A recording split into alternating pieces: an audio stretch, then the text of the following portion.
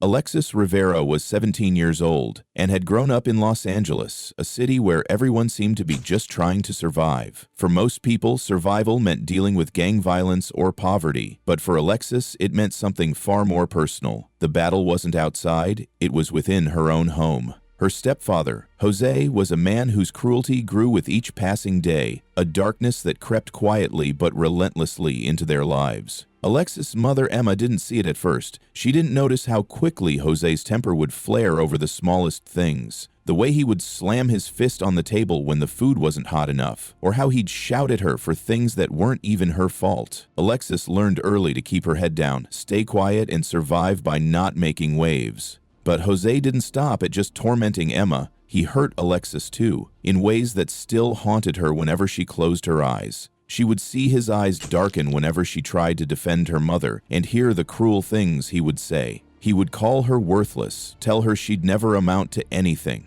And one night, when his anger reached its peak, Alexis couldn't take it anymore. Jay had been drinking, stumbling around, shouting at Emma. Alexis felt something inside her snap. Standing by the kitchen counter, her hands trembled. Her pulse raced in her throat. She knew what was coming. As Jose lunged toward Emma, something in Alexis broke. She didn't even think, she just acted. Grabbing a knife from the drawer, she felt the cold metal in her hand and her heart pounding. In a blur of adrenaline, the knife slipped into Jose's side. And just like that, Alexis realized there was no going back. She had taken his life to save her mother's. Now, sitting in a cold prison cell, she stared at the walls and questioned whether it had all been worth it. He was gone, but so was everything else. All she could think about was how much she missed her mother and how she would never get to hold her again. James Carter was just 16 years old when an argument he never intended to escalate led to something that could never be undone. It all started over something as trivial as a video game, a small squabble that, in hindsight, seemed laughable. He had been at the arcade with his friend Jeremy playing for hours, talking trash, laughing, just enjoying the typical teenage experience. But when James won the final round of the game, Jeremy's demeanor shifted. What had been fun and lighthearted turned into something dark. Jeremy accused him of cheating, of being a sore winner, despite James simply playing better. The words escalated, the shoves began, and the argument grew more heated. James didn't like the way Jeremy was looking at him, like he owed him something. That look, full of accusation, was too much. In a sudden burst of anger, James snapped. He didn't even remember how it happened. One moment he was shoving Jeremy back, and the next they were in a back alley and James was holding a knife to Jeremy's chest. The adrenaline surged through him. Before he knew it, it was over. The blood was everywhere. By the time the police arrived, James was standing there, frozen, his mind unable to grasp what he had just done. Jeremy was dead, and James's life as he knew it had vanished in an instant. The weight of it crushed him. He never meant to kill his friend. It had just been a stupid argument, but now nothing could undo the damage he had caused. Kimberly Taylor had always felt different from the other girls at her Texas high school. She didn't fit in with the popular cheerleaders or the loud, attention-seeking girls. She didn't care about wearing fancy dresses or going to every party, and she thought she was fine with that. But there was one thing that mattered to her more than anything: Jeff. Jeff was different. He was quiet, smart, and for some reason, he paid attention to her. At first, Kimberly thought they had something real. He told her she was beautiful, that she was smart, but things changed when she found out that Jeff had feelings for Sarah, the most popular girl at school. Kimberly couldn't stand it. She couldn't stand Sarah's sweetness, the way she pretended to be kind, all the while playing Jeff. Kimberly watched them together, and the jealousy grew inside her, gnawing at her heart. Every time she saw Jeff and Sarah together, Kimberly's stomach twisted in knots. One afternoon after school, she saw them laughing, joking as if nothing mattered. The anger and jealousy boiled over, and Kimberly followed Sarah outside, hoping to confront her, hoping to make her stop pursuing Jeff. But when Sarah mocked her, laughed at her for being obsessed with Jeff, something in Kimberly snapped. She lost control. She didn't even remember grabbing the rock, but she knew she struck Sarah, hitting her over and over again until Sarah could no longer fight back. Kimberly remembered Sarah's face, twisted in pain, but it was as though she couldn't stop herself. The rush of power was overwhelming. Only when the sound of sirens pierced the air did Kimberly realize the gravity of what she had done. Sarah was lying on the ground, bleeding, and Kimberly stood there, frozen in horror. When the police arrived, Kimberly collapsed. She didn't try to run or hide. In that moment, she knew her life was over. Tyler Martin had always thought that he had life figured out. At 16, he was the kid who could talk his way out of anything, always had the right answer in class, and seemed destined for greatness. But none of that mattered when he was at home. In his house, he was just another pawn in his father's game. His father, a firefighter, believed the world owed him everything. After long, exhausting shifts, he'd come home smelling of smoke, crack open a beer, and demand that everyone else fall in line with his rules. Tyler, being the oldest, bore the brunt of it. His father would yell at him for the smallest mistakes, putting constant pressure on him to be perfect, to be the son his father could be proud of. But nothing ever seemed good enough. If Tyler made the honor roll, it was expected. If he played well in a game, it was simply what he was supposed to do. There was no praise, no acknowledgement, just a silent, endless demand for more. His younger brother Danny was another source of tension. At 13, Danny could do no wrong in their father's eyes. He was quiet, unobtrusive, and never made waves. Tyler always felt as though Danny was the golden child, the one who could do no wrong. This feeling gnawed at him, and over time it began to feel like he was drowning under the weight of it all. One evening, after a particularly bad argument with his father, something inside Tyler snapped. They were sitting at the dinner table when his father began criticizing him again, calling him lazy and worthless. Danny sat quietly, eating his food, not saying a word. In that moment, Tyler stood up, shoved his plate aside, and yelled at his father to leave him alone for once. His father stood up, and in the next instant, Tyler grabbed a knife from the table. He didn't even know he was going to do it, but before he could stop himself, it was already done. His father collapsed, blood spilling onto the floor. Tyler stood there, paralyzed, unable to process what had just happened. He could only think of how his mother would react and how Danny would have to grow up without his father. But it was too late. Everything had changed in an instant. Now, sitting in a cold prison cell, Tyler tried to piece together what had led to that moment. He never wanted this. But the anger, the rage, had built up for so long that he didn't know how to stop it. Brittany Williams had never really known what normal was. By the time she was 14, she had been placed in so many foster homes that she lost count. She wasn't a bad kid. In fact, she tried to be the opposite. She worked hard to be the girl who made everyone laugh, who made everyone feel comfortable. But no matter how hard she tried to be perfect for each new family, she always ended up being sent away. Brittany never could make anyone love her the way she needed. She would do everything the foster parents asked, make her bed, wash the dishes, stay out of trouble, but there was always something about her that rubbed them the wrong way. It could have been the way she looked, the fact that she was always so guarded, or maybe they just didn't have the patience for a girl like her. At 16, she ended up with the Hamiltons. They were older, in their late 40s, and they seemed nice enough at first, but things didn't feel right from the beginning. Mr. Hamilton had a temper that wasn't obvious at first, but over time it became clear. He'd snap at her for no reason, calling her lazy or worthless, all while pretending to be the loving, caring man in front of everyone else. Brittany could see through the act, noticing how he tried to control every little thing she did. He told her when to speak, when to eat, when to sleep, as if she were just another puppet for him to manipulate. But the worst part was the way he looked at her. Sometimes, when he thought she wasn't paying attention, she would catch him staring at her in a way that made her skin crawl. She tried to ignore it, but it was impossible. It felt as though he was always watching her, waiting for the right moment. One night, Brittany was washing dishes in the kitchen when Mr. Hamilton came in behind her. At first, she didn't think anything of it, but then he grabbed her arm. She froze. In that moment, she knew what was about to happen. He pulled her toward him, and she could hardly breathe. In a panic, she grabbed the knife from the counter and, without thinking, turned and stabbed him. He fell to the floor, his face twisted in shock. As he lay there lifeless, something inside Brittany broke. She had done it. She had finally escaped. But it didn't feel like freedom. It didn't feel like relief. Instead, she was overwhelmed with a deep sense of loss and fear. All she could think about was how she would never feel safe again, how her entire life would be defined by that one night, that one moment. Now, sitting in a cell, she wondered if she had been waiting for someone to hurt her, for someone to give her a reason to fight back. She questioned whether she would have done it sooner if she hadn't been so scared. Erin Mitchell had always been the quiet one, the type of person who didn't stir up trouble. Growing up in a small town in Ohio, everyone knew everyone, and Erin had always looked up to his friends, thinking they had the life he wanted. He never realized the darkness that lay beneath their actions until one fateful night. At a party, everything seemed normal at first. They were drinking, laughing, and having a good time. But as the night went on, things started to take a darker turn. One of Aaron's friends, Greg, began picking on someone. It was just a random guy at the party, but Greg didn't care. He was always trying to prove something, to act tough at first. Aaron didn't think much of it. He assumed that Greg would back off, that the situation would resolve itself. But when Greg shoved the guy against the wall and began threatening him, something inside Aaron snapped. For the first time, he didn't want to be the quiet one. He wanted to prove he wasn't weak, that he could stand up for himself. Without thinking, he walked over and helped Greg corner the guy. Before he knew it, he had a bottle in his hand and was swinging it. The next thing he knew, the guy was lying on the floor, blood spilling everywhere.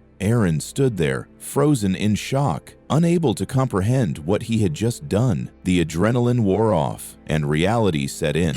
He never intended to hurt anyone, but in that moment, everything he had been holding inside came rushing to the surface. Now, sitting in a cell, Aaron knew he would never be able to undo what had happened.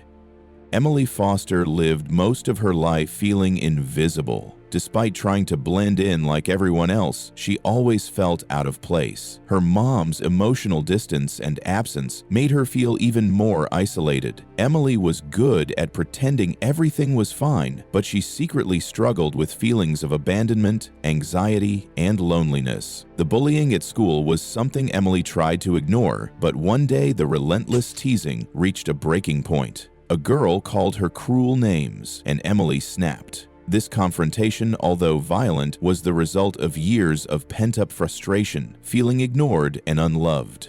In a fit of rage, she lashed out, terrified, yet oddly relieved. After the incident, Emily was left with a mixture of fear and strange relief. She didn't understand what had happened, but felt that in some way the world had stopped in that moment. Her emotions were a mix of confusion, guilt, and the dawning realization that she had hurt someone else just as much as she had been hurt. Now sitting in a cell, Emily is forced to confront the reality of her actions. She wonders whether the person she used to be is gone forever, and if she'll ever be able to return to a life where she doesn't feel trapped by her emotions and past. Noah Cooper was an ideal teenager before his world shattered. He was a good student, followed the rules, and lived in a family he thought was perfect. But when he found out about his parents' divorce, everything changed. His sense of stability and security crumbled, and he didn't know how to process the betrayal. The news of his parents' separation hit Noah hard. He became distant and withdrew from his friends. The anger and frustration from this shift made him start pushing people away, including the people who tried to help. He fell into a cycle of bitterness and despair, unable to cope with the reality of what was happening in his family. Noah met Madison, a girl who seemed like the answer to his pain. She was wild, free, and fearless, everything he thought he wanted to be. Madison represented the rebellion Noah craved, an escape from the rules that felt suffocating. The night they went out drinking ended in disaster. Madison's reckless behavior led to a fatal crash, and Noah, despite his guilt and regrets, survived. Sitting in a cell, Noah is consumed by the weight of what happened and the crushing guilt that he failed to stop Madison when he could have. Abigail Reed grew up in a small town where everything seemed perfect on the surface. She had good grades, a stable family, and was considered a model student.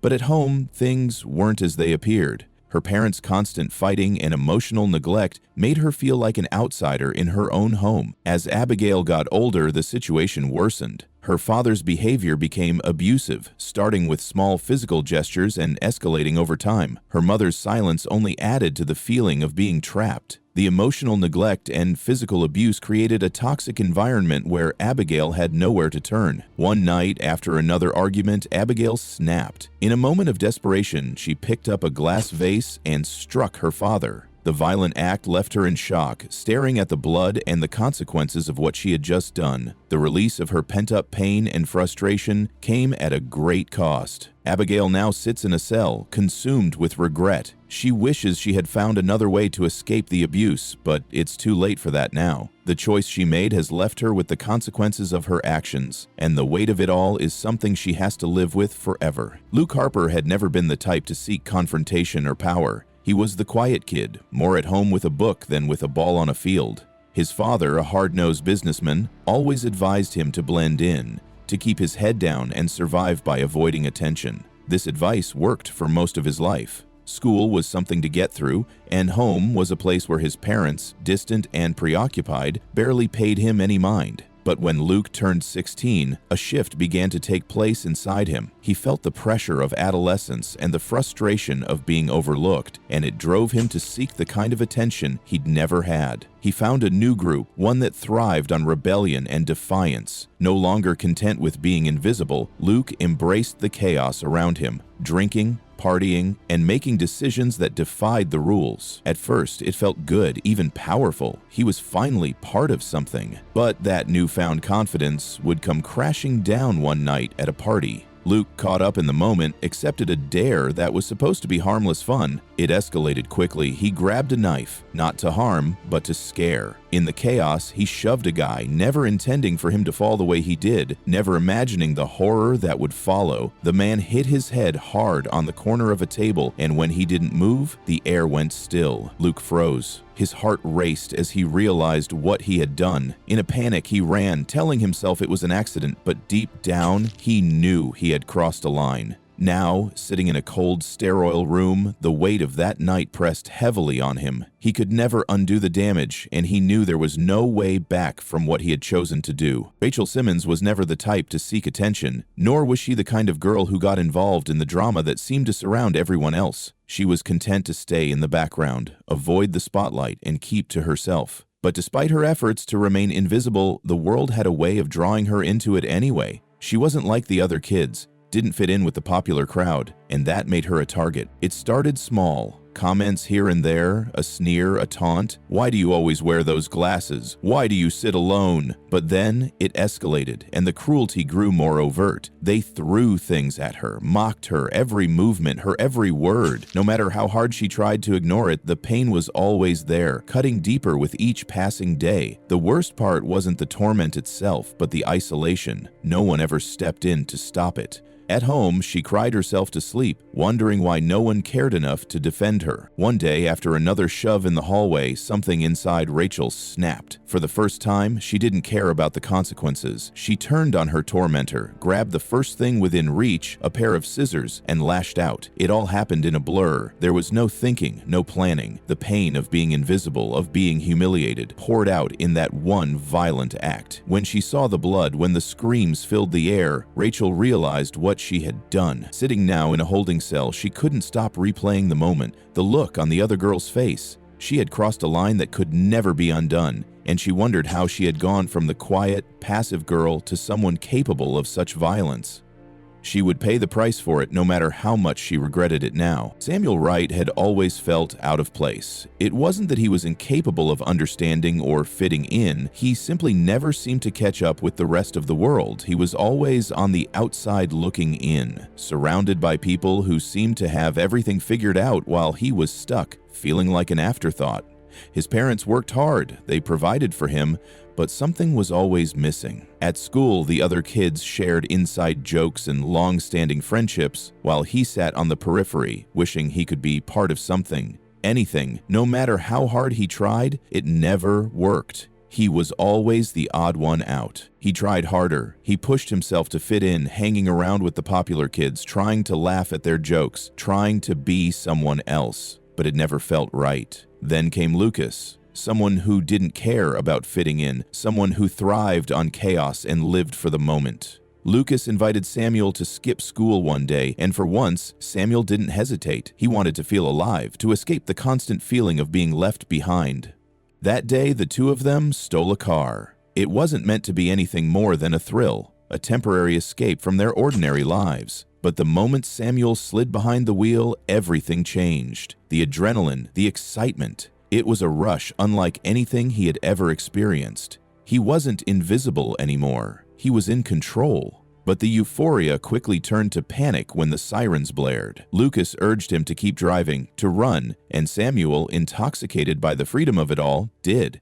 It wasn't about thinking anymore. It was about feeling good, feeling powerful. But the rush came to an abrupt halt when he lost control of the car. The impact of hitting the tree left him unconscious. When he woke up, Lucas was gone, and he was alone in a world of consequences. He was in handcuffs. Samuel had gone from being the invisible kid, the one who never fit in, to the one who had stolen a car, caused damage, and hurt others just to feel something. The crash, the consequences, it didn't matter to him. All that mattered was the rush, the feeling of being alive. And now, sitting in a cold cell, he wondered how he had ended up so far from the quiet kid he once was. Nathaniel Green never found it easy to explain the weight he carried throughout his life. Growing up, he wasn't the brightest kid in class, yet he wasn't dumb either. He often found himself drifting through life, not caring about things that seemed insignificant at the time. His older brother Evan always overshadowed him. Evan was the one everyone admired, the honor roll student, the one who had their parents' praise without effort. Nathaniel, on the other hand, seemed to be the one who made mistakes, never able to live up to the expectations set by others. Though his parents were well-meaning, they always seemed to compare him to Evan, a constant reminder that he didn't quite measure up. For a long time, Nathaniel didn't mind staying in the background. He had his friends, his hobbies, his own world. But as time passed, the feeling of inadequacy began to gnaw at him. He started to feel invisible, a shadow in his own home. Every mention of Evan's success only amplified that feeling. No matter how hard he tried, it seemed that he could never make anyone proud. At 17, everything came to a head. Evan had just been accepted into a prestigious college, and his future seemed set in stone. Nathaniel could no longer stand living in his brother's shadow. He was desperate to prove to everyone and to himself that he was worthy of attention. In a moment of overwhelming emotion, he made a choice that would haunt him forever. One night, he grabbed a gun from his father's desk, something he had never even touched before, and in a desperate attempt to make himself seen, he fired it. There was no plan, no coherent thought behind it, just an impulse to do something extreme, something that would make him feel important. But the moment the shot rang out, he realized the irreversible consequences of his action. It all happened too fast, and the weight of what he had done hit him like a ton of bricks. He didn't know what he had hoped to prove, but the reality was harsh. Now sitting in a cell, he could still hear that gunshot echoing in his mind. His life, his future had been irrevocably altered. Nathaniel wished he could turn back time, but he couldn't undo what had already been done. Alyssa Woods often thought of the person she used to be, but it felt like she was reminiscing about a stranger. She had once been the model student, the kind of girl who always tried to follow the rules. She wasn't perfect, but she did her best to meet her parents' expectations. She did her homework, avoided trouble, and stayed out of the limelight. In her mind, she was a good kid. Until everything changed at 16. It started on a Friday night when she was working on a project at the library. She should have gone home right after, but for some reason, she stayed. There was no particular reason for it, it just felt like the right choice. It was that night that Alyssa met Ethan. He was different, dangerous even. He was nothing like the boys she was supposed to stay away from. He didn't care about grades or appearances or rules. At first, their relationship seemed harmless. It started with small rebellions, skipping classes, sneaking out, and smoking behind the school. But things escalated quickly. Before long, she was helping him break into houses, stealing whatever they could find. It wasn't the thrill that drove her, though. It was the feeling of finally being seen, of being important to someone. That feeling didn't last. One night, while they were robbing a house in a quiet neighborhood, everything went wrong. The alarm blared. Panic set in. Ethan told her to run, but in that moment, Alyssa froze. As the homeowner appeared, she bolted. She left Ethan behind without a second thought, running as fast as she could and not looking back. Now, facing charges for a crime she never truly wanted to commit, Alyssa had to live with the consequences of her actions. She had never wanted to hurt anyone, but she had still participated. She was complicit in the crime, and now her life was shattered. Her parents would never forgive her, and she couldn't shake the weight of what she had done. There was no going back. Jacob Turner had always been an optimist, believing that no matter how difficult life got, there was always a way out. He grew up in a home where his parents struggled with their relationship and finances, but he remained hopeful. He worked his first job at 14, hoping to help ease the financial burden on his family. It wasn't glamorous, but it was something. Yet, no matter how hard he worked, the debt kept piling up, and his parents' fighting grew worse. He felt trapped, stuck in a cycle that never seemed to improve. By 15, Jacob's dreams of a brighter future were starting to feel out of reach. His dream of going to college seemed distant, and the financial strain of his family only deepened. One day, his friend Ty came to him with an offer he couldn't ignore. Ty had a knack for getting into trouble, but Jacob never imagined he would be asked to join him. Ty wanted to rob a store, promising Jacob that the money would fix everything. Jacob initially refused, but Ty persisted, assuring him it would be a one-time thing. He made the promise that it would change everything. Jacob reluctantly agreed, thinking it was a chance to escape the life they were living. The robbery didn't go as planned. They were caught, and sirens blared in the distance as Jacob realized just how wrong he had been. He had followed Ty's lead instead of doing the right thing, and now he was facing the consequences. Jacob never wanted to hurt anyone. He didn't want his life to be ruined, but by choosing the easy way out, he had made a decision that he could never take back.